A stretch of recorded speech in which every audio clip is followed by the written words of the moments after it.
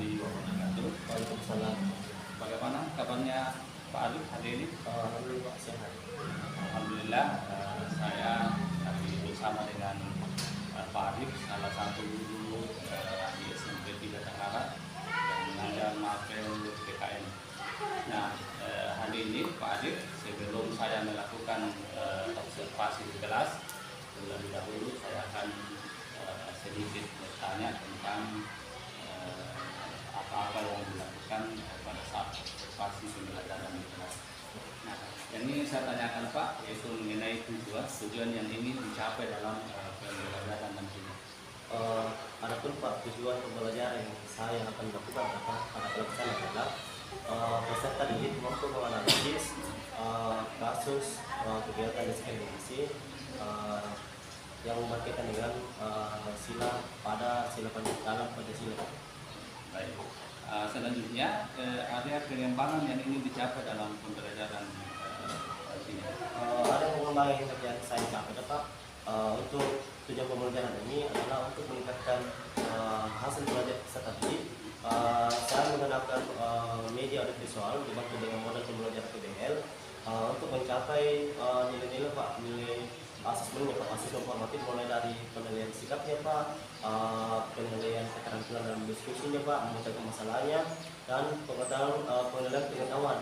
Di mana penilaian pengetahuan Pak, saya memberikan atau membagikan LKPD-nya, di mana LKPD itu nanti pada saat mereka menganalisis PD-nya itu, saya membagikan LKPD, di mana anak-anak itu bisa dengan mengamati video itu sebentar akan mempersertakan atau menyanyikan hasilnya. Jadi saya menilai di situ Pak, di pengembangan diri sebagai siswa, bagaimana nilai-nilai yang nanti meningkatkan hasil belajarnya Pak. Ya, dalam pembelajaran nantinya, Adik, strategi apa yang akan digunakan bagi kita dari modelnya, metode dan bahan yang akan digunakan?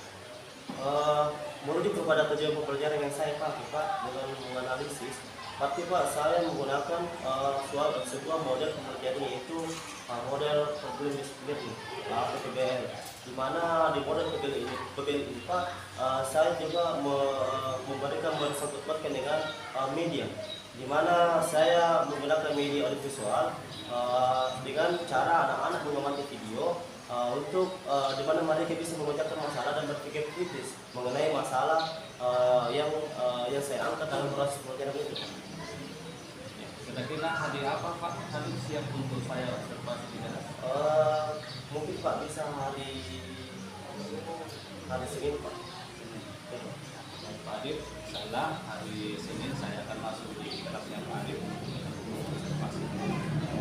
Setelah observasi ada lagi wawancara setelah pas kelas. Terima kasih Pak Adib atas waktu. Terima kasih. Assalamualaikum warahmatullahi wabarakatuh. Waalaikumsalam. Ya, assalamualaikum warahmatullahi wabarakatuh. Waalaikumsalam warahmatullahi wabarakatuh. Bagaimana kabar kita semua? Alhamdulillah luar biasa. Allahu Akbar. Tepuk apa kabar? Sehat-sehat, baik-baik, cerdas-cerdas, bahagia. Ya, alhamdulillah karena pagi hari ini kalian sudah bahagia ya. Nah, jadi sebelum kita memulai pelajaran, marilah kita berdoa. Kelas seluruhnya duduk siap, gerak. Sebelum kita belajar, marilah kita membaca doa. Doa dimulai. Bismillahirrahmanirrahim. Rabbil zidni ilman warzuqni fahman. Amin. ya. Jadi ada yang tidak hadir? Ada yang tidak hadir? Hadir semua, Pak. Hadir semua ya. Tidak ada yang alfa, tidak ada yang sakit, tidak ada yang isin. Pak. Ya. Saya absen dulu ya.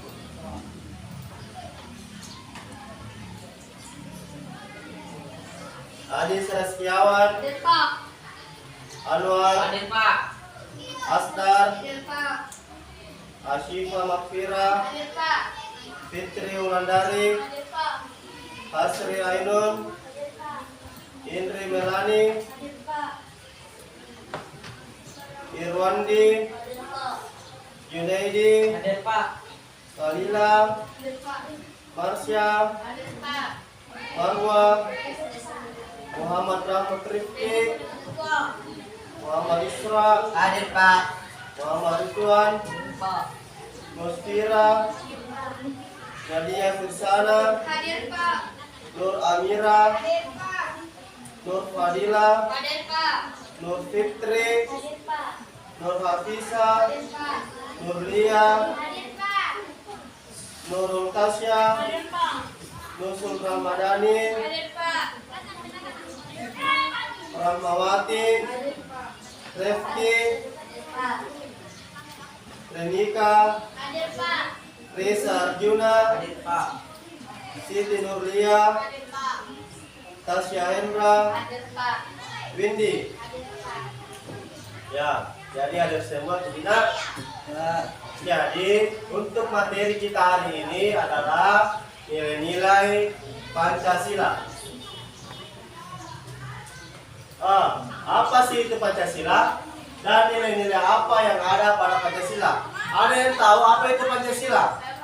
Ya, silakan Kalila. Pancasila adalah dasar negara. Nama ini terdiri dari dua bahasa Sanskerta, Panca yang berarti 5 dan Sila yang berarti asas atau dasar. Ya. Siapa yang tahu lagi nilai-nilai apa yang ada pada Pancasila? Saya Pak. Ya, silakan. Nak. Siapa nama tak? Nadia Pak. Nadia. Tolong Nadia. Nilai-nilai apa yang ada pada Pancasila?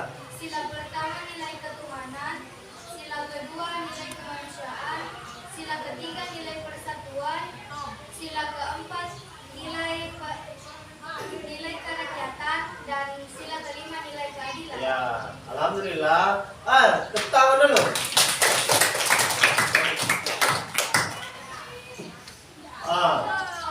Tujuan pembelajaran kita untuk hari ini adalah dengan menggunakan model problem based learning, peserta didik mampu menganalisis kasus yang tidak sesuai dengan nilai-nilai Pancasila.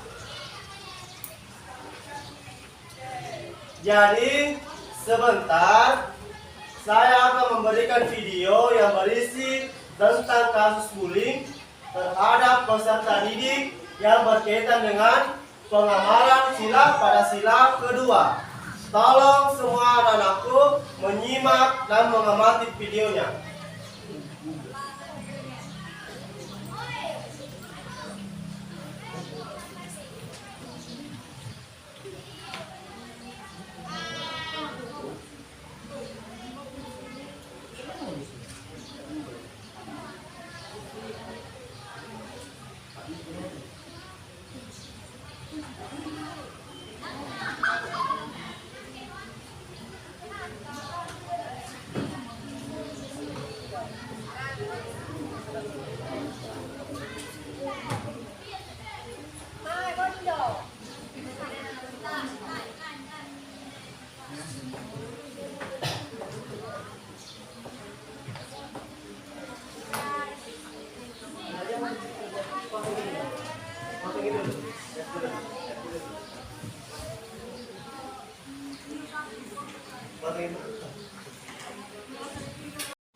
Jadi silakan kalian mengamati video yang ada di atas ya.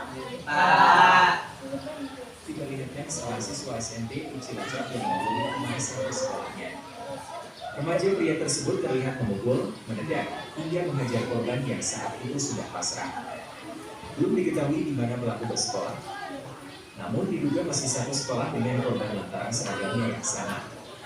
Aksi perundungan itu viral di media sosial dalam video berdurasi 4 menit lebih. Berkali-kali pelaku menganiaya korban sampai tergeletak lemas di lapangan. Dalam video juga terlihat korban sama sekali tak melawan, malah terlihat pasrah. Tak hanya pelaku dan korban di video viral, ada beberapa siswa lainnya yang menonton. Ada remaja yang hendak melerai tetapi diancam pelaku apabila membela korban. Dikutip dari Tribun Banyumas, pelaku dan korban diduga merupakan sesama siswa SMP Negeri di Kecamatan Cimanggu, Kabupaten Cilacap. Tak lama setelah video perundungan viral, video penangkapan pelaku juga viral. Pelaku yang sok jago ini tampak dijemput polisi diduga di rumahnya. Dikutip dari Instagramnya 2Net News, terlihat polisi menggandeng pelaku masuk ke mobil. Terpantau warga sekitar maupun rumah pelaku melihat proses penangkapan. Bahkan warga pun menyoraki pelaku yang tampak berjalan perlahan ke mobil polisi. Ketika pelaku sudah naik ke mobil polisi, terlihat seorang pria tampak kesal mengetok jendela mobil. Pria tersebut kemudian dipegangi petugas kepolisian supaya lebih tenang. Warga pun berharap pelaku dan korban tidak berakhir damai tetapi berlanjut sampai pelaku dipenjara. Pasalnya menurut warganet, jika hanya meminta maaf pelaku tak akan jerah. Sampai berita ini diturunkan, Tribun Jakarta masih mencari informasi lebih lanjut soal perundungan tersebut, termasuk hukuman yang bakal didapatkan pelaku. Terima kasih sudah nonton. Jangan lupa like, subscribe.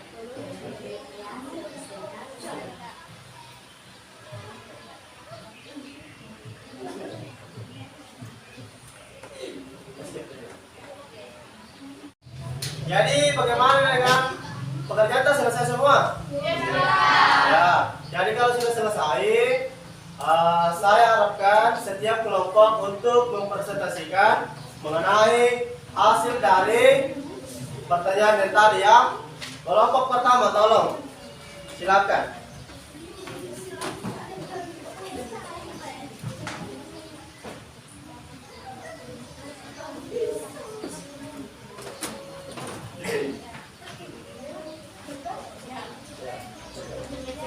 Assalamualaikum warahmatullahi wabarakatuh.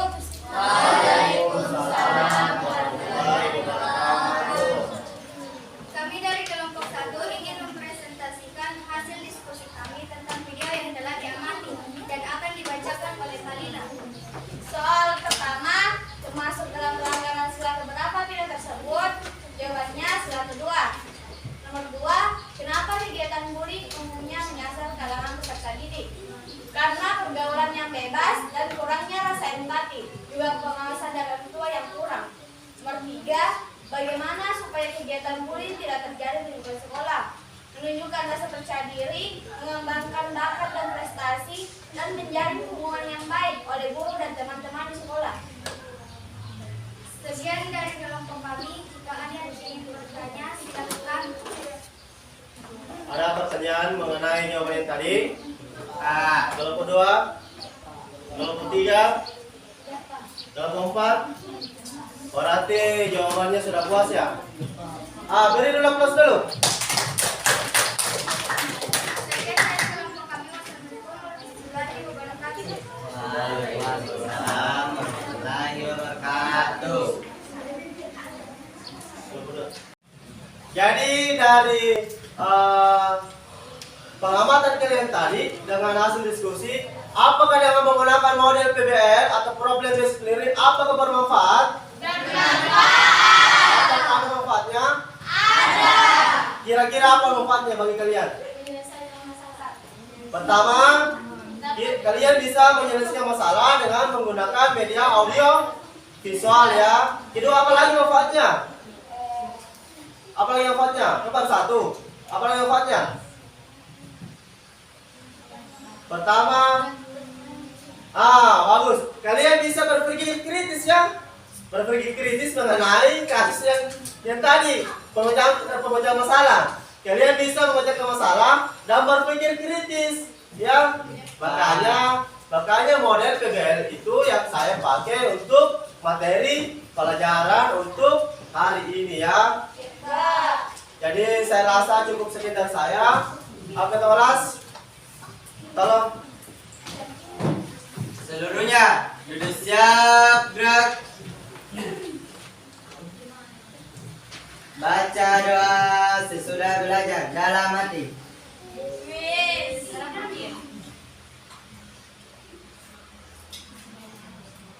Selesai. Beri salam. Assalamualaikum.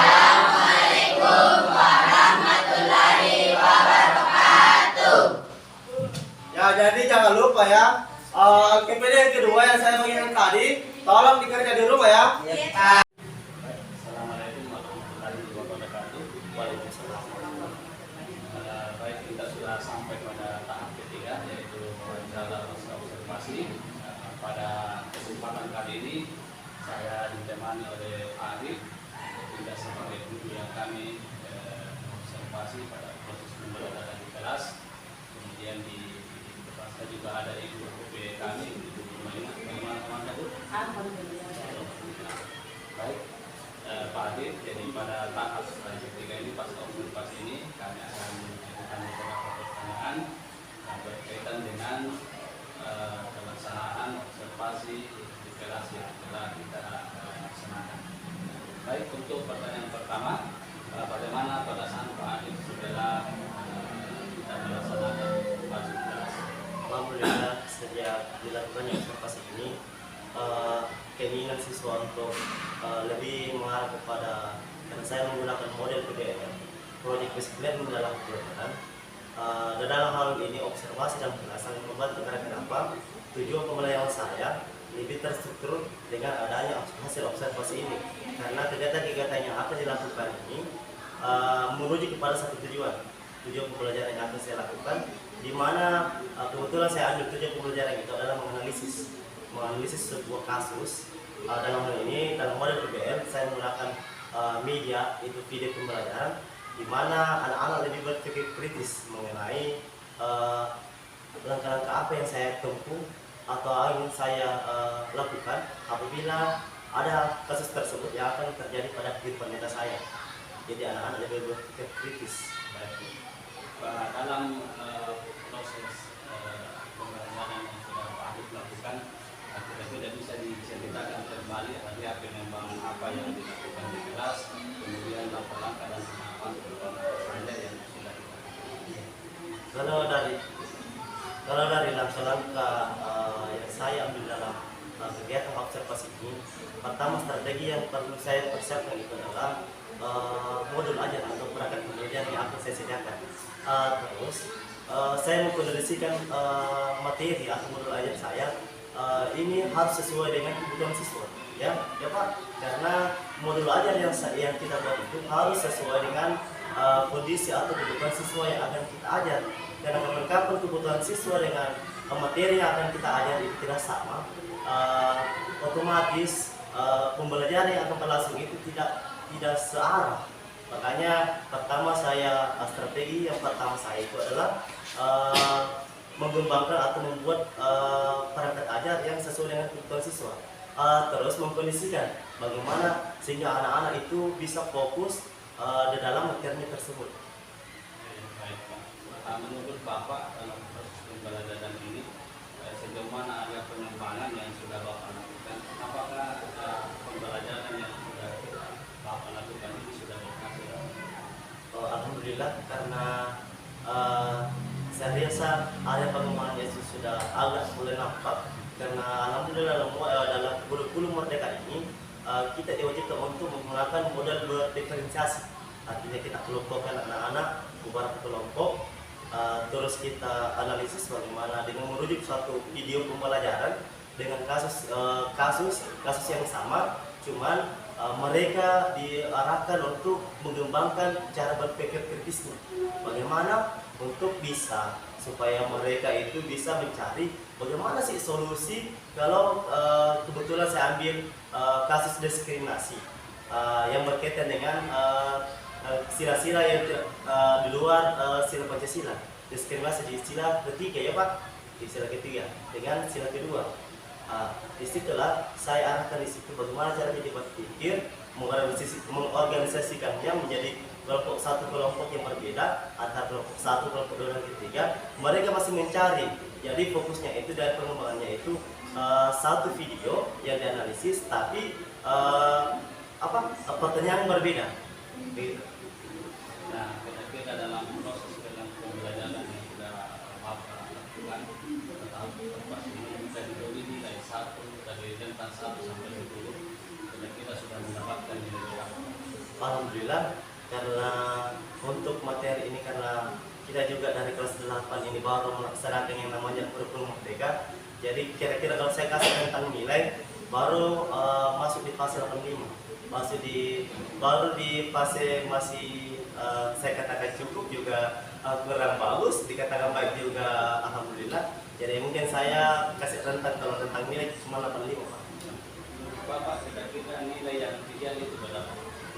Saya rasa Pak, nilai yang paling ideal untuk PPKN karena kita cuman namanya juga PPKN ya Pak, kita berkewarganegaraan, tidak ada hubungannya dengan undang-undang, cuman kalau di pendidikan kewarganegaraan Pak, kita cuma bersyukur kepada warga negara.